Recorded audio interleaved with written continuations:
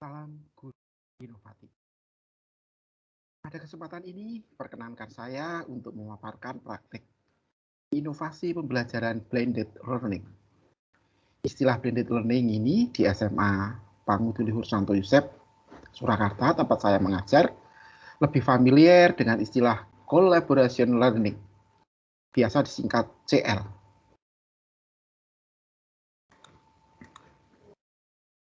Semenjak pandemi COVID-19 melanda,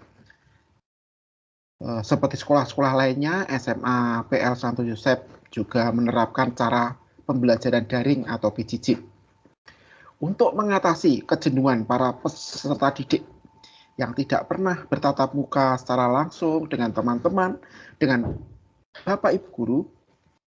Maka SMA PL Santo Yusef Surakarta menerapkan model pembelajaran kolaborasi atau kolaborasi learning atau biasa disingkat CL. Model pembelajaran CL ini pada dasarnya adalah cara pembelajaran penggabungan beberapa mata pelajaran yang berbasis pembuatan proyek atau produk dengan berpedoman pada KD atau kompetensi dasar tiap-tiap mapel. Adapun tujuan CL di sini juga SA singkatan dari sidang akademik, karena nanti untuk penilaiannya, untuk penilaian praktik dan sikap itu menggunakan sidang akademik. Sedangkan untuk kolaborasi learning sendiri nanti digunakan untuk penilaian pengetahuan. Nah, tujuan CL dan SA ini secara umum adalah melatih kerjasama, melatih kreativitas, melatih toleransi, melatih komunikasi, melatih tanggung jawab, melatih berpikir kritis, dan tentunya mengatasi kejenuhan belajar di rumah di masa pandemi COVID-19. Adapun urutan kegiatan kolaborasi learning dan sidang akademik ini adalah sebagai berikut, yaitu dimulai dari persiapan ya, Bapak Ibu guru mapel-mapel melakukan pembagian kelompok pembuatan produk ya. Kemudian nanti pembuatan RPP dan perangkatnya ya.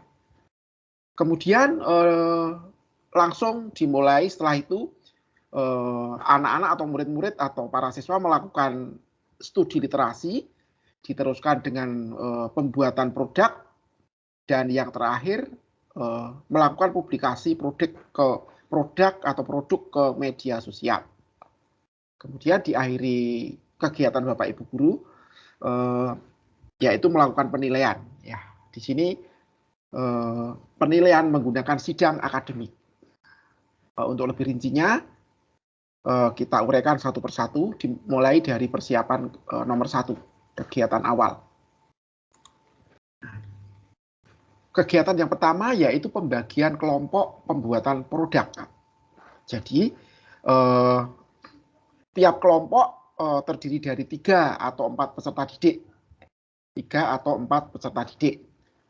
Peserta didik dipersilakan memilih salah satu produk ya, pilihan. Ada podcast, cerpen, makalah, dan lain-lain. Di sini untuk contohnya adalah ini kegiatan. Nah, ini di sini contoh daftar peserta didik perwakilan kelompok saat konsultasi. Kebetulan saya sebagai pengampu kimia, ini mereka melakukan konsultasi dengan guru mapel termasuk kimia. Di sini dimulai untuk yang tema 4 ini dimulai dari untuk konsultasi mereka dimulai dari tanggal 16 November sampai kurang lebih akhir Desember. Selanjutnya adalah kegiatan berikutnya yaitu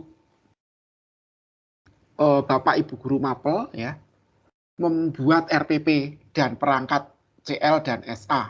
Akan kita uraikan satu-satu, dimulai dari RPP. Kemudian di sini yang kami gunakan yang tema 3 ya. Sebetulnya ini dalam satu semester ada 4 tema. Tema 1, 2, 3, 4 yang saya gunakan tema 3.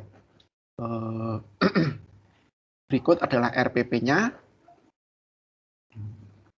RPP-nya ini, teman-teman. RPP ini. Nah, ini. Jadi RPP-nya di sini secara gabungan juga, secara kolaborasi. Jadi ada 12 mapel kebetulan untuk tahun ini untuk yang kelas 11. Jadi dari mapel agama, Inggris, PKBU, PJOK, bahasa Jawa, fisika, biologi, kimia, sejarah, geografi, bahasa Jerman, dan antropologi. Jadi ini gabungan, nanti jurusan IPA, IPS, bahasa bergabung. Jadi dalam satu kelompok, kalau ada anggota yang terdiri dari 3 jurusan, ya 12 mapel ini semua ikut. Kemudian setelah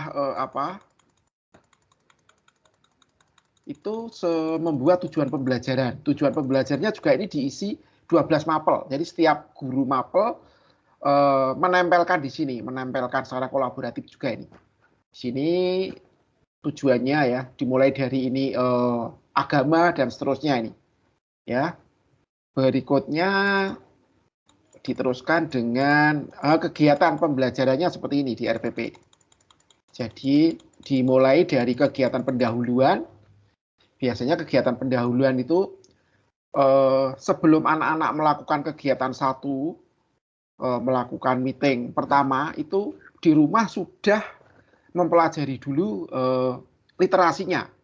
Nanti literasinya akan kita tampilkan. Jadi literasinya bisa berupa cerita, bisa berupa naskah podcast dari para guru, bisa juga literasi dari buku atau dari internet.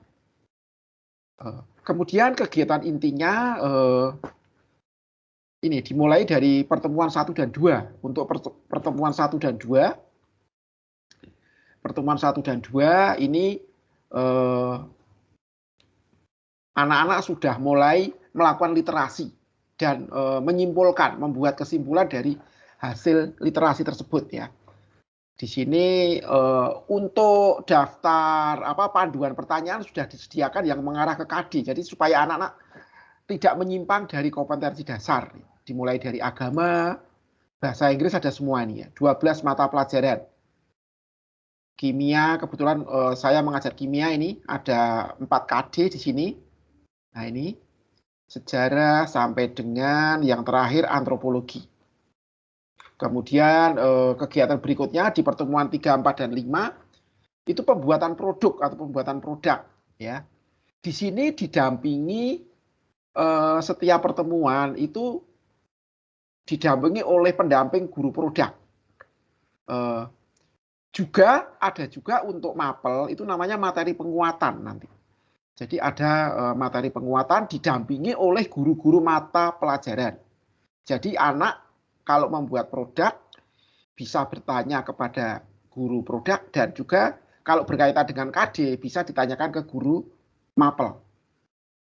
Itu ini jadi di pertemuan 3, 4, dan 5. Ini berikutnya tahap berikutnya adalah publikasi produk ya.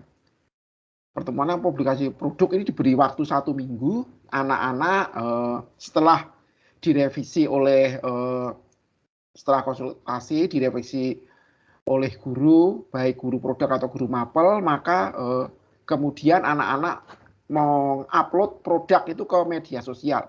Biasanya di YouTube biasanya ya. Diberi waktu 1 minggu. Ini kemudian sebagai acuan penilaian juga. Jadi 30% penilaian itu diambil dari like atau komen netizen ya. Yang terakhir kegiatan penutup yaitu refleksi ya, refleksi untuk penyempurnaan agar kegiatan pembuatan produk di tema-tema berikutnya semakin baik. Untuk evaluasi dengan penilaian ini langsung aja saya gabung karena mirip ya. Nah ini untuk penilaian nanti dilakukan setelah dilakukan sidang akademik. Sidang akademik ya. Nanti kan kita uraikan supaya lebih gamblang nanti ya. Jadi nanti untuk penilaian itu ada 6 tahap ya. Jadi proses, evaluasi proses, refleksi, kemudian proses pembuatan produk, kemudian nah ini untuk 1 sampai 5 ini digunakan untuk input nilai pengetahuan. Sedangkan untuk nomor 6 yaitu kegiatan sidang akademik yang di sini tujuannya adalah sidang untuk mempertanggungjawabkan pembuatan produk kelompok ya. Ini digunakan untuk input nilai praktik dan nilai sikap ya. Nah ini, jadi penilaiannya gabungan. Baiklah, berikutnya adalah berkaitan dengan jadwal sidang akademik. Yang disiapkan berikutnya adalah jadwal sidang akademik. Kurang lebih seperti ini. Nah, ini jadwal sidang akademik. Jadwal sidang akademik di sini kelas 10. Ini dilakukan di tanggal untuk tema 4 kemarin Selasa tanggal 7 Desember ya. Di sini terdiri dari ada kurang lebih untuk kelas 10 ada 13 kelas produk. Nanti ini ada guru pendamping, ada guru mapel, mata pelajaran, guru tamu. Juga ada guru tamu yang dari luar SMA Santo Yusef ya.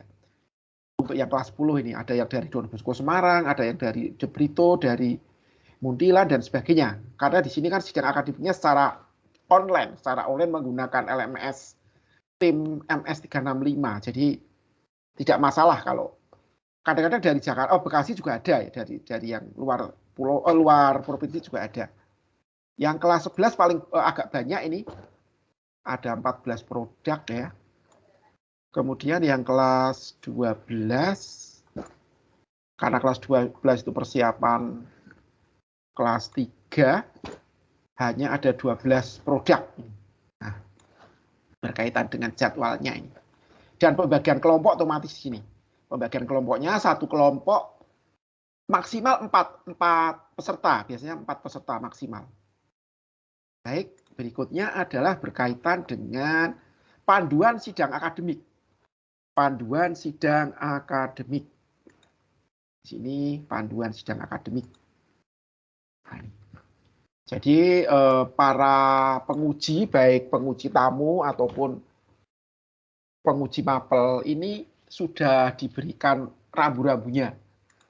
Kurang lebih kegiatan sidang akademik itu adalah kegiatan sidang yang terdiri dari peserta, kemudian ada moderator, guru pendamping produk, ada tim penguji.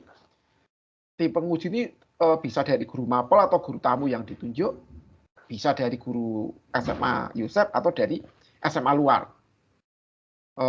Dan peserta didik, maksimal 4 peserta dalam satu kelompok. Durasi waktunya 45 menit, kemudian kurang lebih persiapannya adalah seperti ini. Jadi moderator dan penguji sudah harus hadir sebelum sidang akademik ya. Cahaya harus bagus karena kita online. Silakan menyiapkan alat dan koneksi ya, HP, headset, tripod dan sebagainya. Juga termasuk daftar nilai. Berikutnya untuk peserta didik sama kurang lebihnya ini 15 menit harus sudah siap, ruangnya juga harus terang, kemudian melakukan presensi ya, kemudian sudah menyiapkan materi presentasi ya. Biasanya berupa PowerPoint atau Sway yang dikirim ke channel sebelum sidang akademik. Kemudian posisi peserta didik juga harus jelas ya, setengah badan menghadap ke depan. Kemudian sama seperti penguji harus menyiapkan perangkat HP, laptop, headset, dan juga mungkin tripod ya, atau monopod. Berikutnya alurnya kurang lebih, karena waktunya 45 menit, 5 menit untuk pembukaan, acara intinya itu presentasi dari peserta didik, kemudian pembahasan dari guru penguji, di bawah kendali moderator, kemudian juga tanggapan dari peserta didik atau penampil. 5 menit untuk evaluasi dan penutup ini. Berikutnya untuk kurang lebihnya adalah seperti ini. Sidang akademik dibuka oleh moderator, poin-poinnya kurang lebih seperti ini. Jadi ucapan selamat datang ya, termasuk doa juga di sini, doa singkat. Berikutnya kegiatan intinya kurang lebih seperti ini uraiannya ya. Bahasan oleh penyaji, presentasi. Jadi di sini perkenalan, kemudian presentasi berisi penjelasan kaitan dengan kompetensi dasar mapel yang dikolaborasikan dalam produk. Kemudian acara inti yang kedua, bahasan oleh guru penguji. Ya, guru penguji menggali wawasan kelompok ya atau menggali wawasan penyaji terkait dengan produk yang dipilih. Pertanyaan yang diajukan juga fokus pada kompetensi dasar yang ada di produk. Kemudian bagian ini dipandu oleh moderator. Kemudian tanggapan penyaji, bagian ini bukan untuk membela diri, tetapi lebih untuk belajar menerima saran dari pihak lain atau untuk evaluasi ya, atau untuk perbaikan. Kemudian penyaji juga ini karena ini juga menyangkut nilai sikap, mengucapkan terima kasih atas saran-saran yang diberikan kepada mereka. Penutup seperti biasa, doa penutup dan ucapan terima kasih. Kurang lebih seperti itu. Berikutnya adalah panduan pertanyaan di dalam sidang akademik, kurang lebih seperti ini. Jadi sudah ada panduannya untuk guru-guru penguji. Jadi kurang lebih berkaitan dengan latar belakang pemilihan produk, kemudian keterkaitan dengan kompetensi dasar tiap mapel. Di sini ada 12 mapel berarti. Kemudian berkaitan dengan proses kolaborasi atau proses kerjasama dalam pembuatan produk. Di sini secara daring, secara online.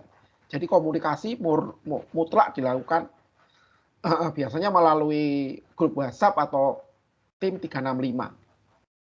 Kemudian cara mengatasi kendala-kendala selama pembuatan produk dan juga refleksi. Kurang lebih seperti itu, sudah ada rambu-rambunya. Berikutnya adalah berkaitan dengan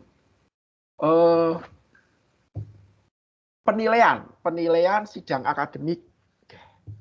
Kurang lebih seperti ini penilaiannya.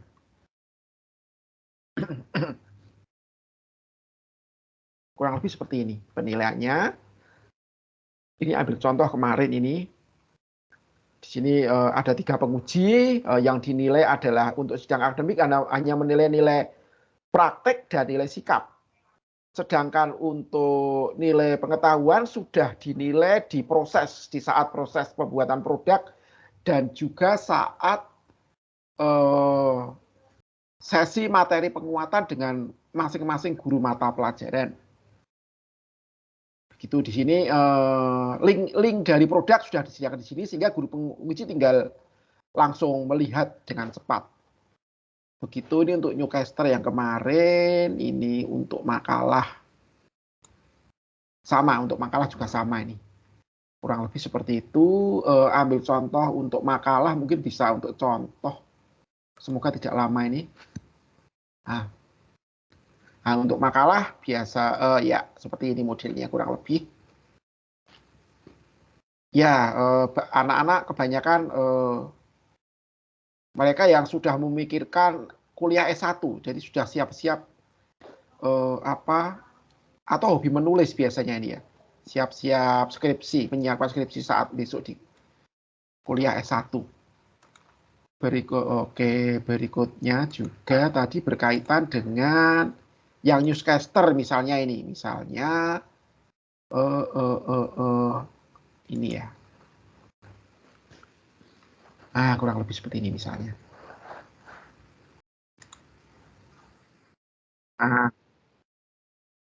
Saya percepat.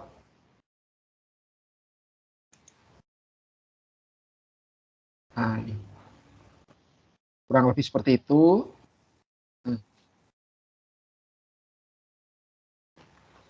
Oke. Berikutnya adalah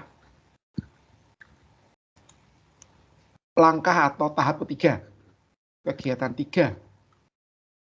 Untuk kegiatan 3, maaf ini agak ngadat. Nah, kegiatan 3. Untuk kegiatan 3, nah ini. Tadi peserta didik melaksanakan studi literasi. Jadi kegiatan pertama pembuatan RPP oleh para guru, kegiatan kedua maaf tadi kegiatan pertama pembagian kelompok, kegiatan kedua para guru membuat RPP dan perangkat, tadi sudah dijelaskan dengan cukup detail. Yang berikutnya adalah kegiatan 3, yaitu studi literasi. Jadi studi literasi ini kurang lebih di kegiatan 1 dan 2 atau di minggu pertama dan minggu kedua. Nah, yang dilakukan peserta didik adalah jadi sebelum pertemuan peserta didik sudah melakukan pemahaman terhadap KD, kompetensi dasar atau indikator KD, dan melakukan literasi secara individu. Jika peserta didik masih mengalami kesulitan saat belajar di rumah, maka pada sesi 1 ini secara kelompok akan dibahas bareng-bareng, dipandu oleh guru produk, dan saat bertemu dengan guru mapel di materi penguatan juga akan dibahas dibantu oleh guru mapel. Kurang lebih seperti ini. Kurang lebih seperti ini. Nah, kegiatan yang dikerjakan. Nah, ini. Jadi untuk tema 3 ini kemarin kurang lebih seperti ini. Ini indikator KD-nya ada 12 mapel dan indikator KD-nya diuraikan di sini untuk panduan anak-anak dalam berliterasi. Supaya anak-anak cepat atau tidak menyimpang dari literasi, para guru sudah membuatkan panduan literasi. Boleh langsung melihat dari internet, tapi boleh juga melihat panduan dari bacaan ini. Di sini sudah dipandu. Oh, manakah yang bahasa Jawa di sini. Oh, ini agama. Nah, di sini sudah ada panduannya. Nah, ini. Oh, ini geografi sudah kelihatan dipandu. Jadi supaya anak-anak tidak fokus ke KD, ke kompetensi dasar. Untuk pertanyaan juga sudah dipandu. Nah, ini. Untuk kegiatan 1 dan 2 pertanyaan sudah dipandu di sini. Di sini sudah mencakup 12 mapel pertanyaannya ini. Jadi ini membantu anak-anak untuk lebih fokus ke kompetensi dasar. Kemudian diakhiri dengan membuat resume atau kesimpulan. Dalam prakteknya boleh diketik atau ada juga yang tulis tangan. Untuk mapel-mapel IPA seperti matematika, fisika, kimia itu biasanya ditulis tangan karena berkaitan dengan rumus-rumus atau konstanta matematik ya. Kemudian mencantumkan sumber literasinya ya dari buku koran atau jurnal atau sumber yang lain. Kemudian grafik lebih valid lagi jika dilengkapi dengan grafik, foto, gambar dan atau video wawancara. Begitu. Ini untuk ini untuk proses produknya kurang lebih seperti ini. Anak-anak sudah diberi acuan juga ini. Rubrik penilaiannya juga anak-anak diberitahu ini. Jadi anak sudah punya gambaran nanti setelah 5 minggu mereka harus menjalani sidang akademik. Sebelum sidang akademik, anak-anak harus sudah mengumpulkan produk ke medsos ya. Karena di sini 30% nilai dari netizen ya. Maka anak-anak sejak awal sudah mempersiapkan. Kemudian proses penilaian pengetahuan dilakukan di langkah nomor 1 sampai 4 ini. Di sini proses pembuatan produk. Jadi yang menilai di sini adalah guru produk dan guru mapel-mapel. Di sini ada 12 guru mapel dan 1 guru produk. Gitu kurang lebih. Di sini sudah disediakan lampiran penilaiannya. Gitu. Berikutnya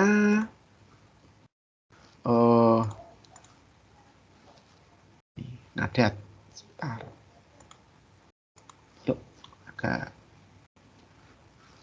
apa ini? Tutup aja ya.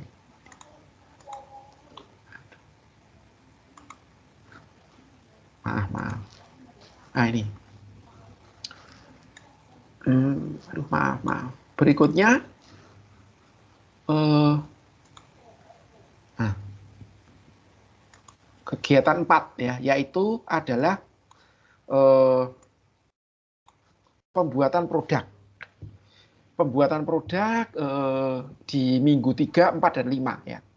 Jadi merancang dan membuat produk sesuai pilihan tiap kelompok, melakukan konsultasi dan revisi dengan guru pendamping. Jadi baik dengan guru pendamping produk atau ke-12 guru mapel.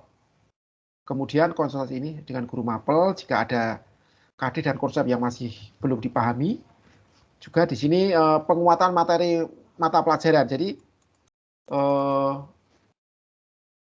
beberapa mapel mungkin agak sulit dipahami kalau hanya melihat di literasi internet atau buku. Biasanya tetap butuh bantuan guru untuk menjelaskan.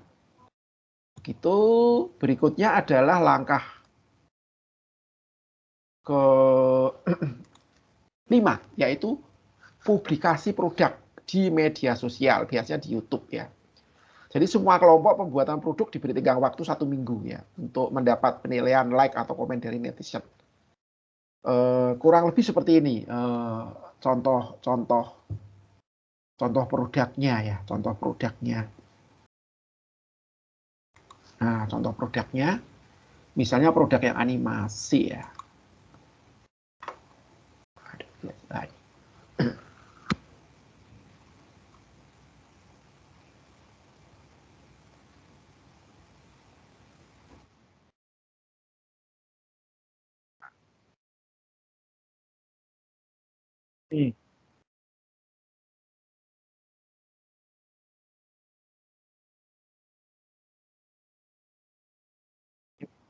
Contoh yang produk animasi, contoh yang produk podcast.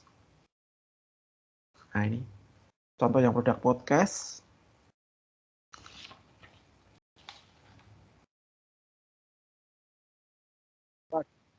Iklan. Oke. Aduh, ini iklan.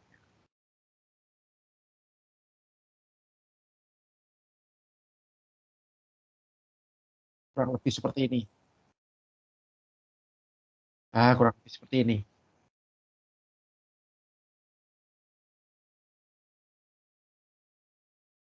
Kurang lebih seperti ini. Nah ini biologi nih berarti. Berikutnya adalah kegiatan terakhir, yaitu tahap penilaian. Tahap penilaian nanti tadi sudah kami sebutkan, atau saya sebutkan, nilai pengetahuan itu dari guru pendamping produk dan dari guru mapel saat pembelajaran materi penguatan dan konsultasi, sedangkan dari guru pendamping produk saat mendampingi proses pembuatan produk. Jadi dilihat dari aktivitas para peserta didik. Kemudian untuk nilai praktek dan nilai sikap itu diambil dari nilai sidang akademik, Tadi untuk rambu-rambu dan kriterianya sudah kami sebutkan. Ini adalah contoh sidang akademik. Contoh salah satu sidang akademik. Nah ini salah satu contoh sidang akademik.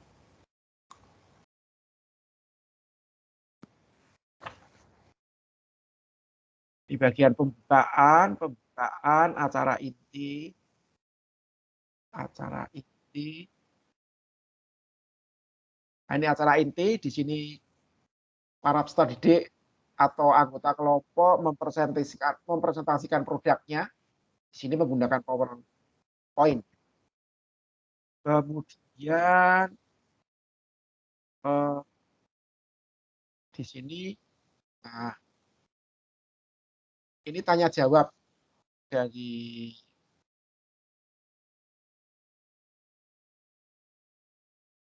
jadi tanya jawab bahasan oleh guru pemuji.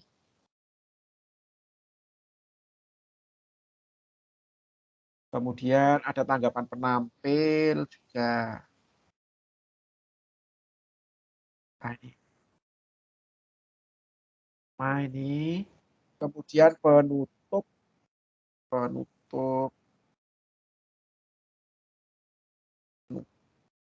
kami. Nah, ini penutup kurang lebih seperti ini. Kurang lebih seperti ini. Berikutnya, nih saya tampilkan lagi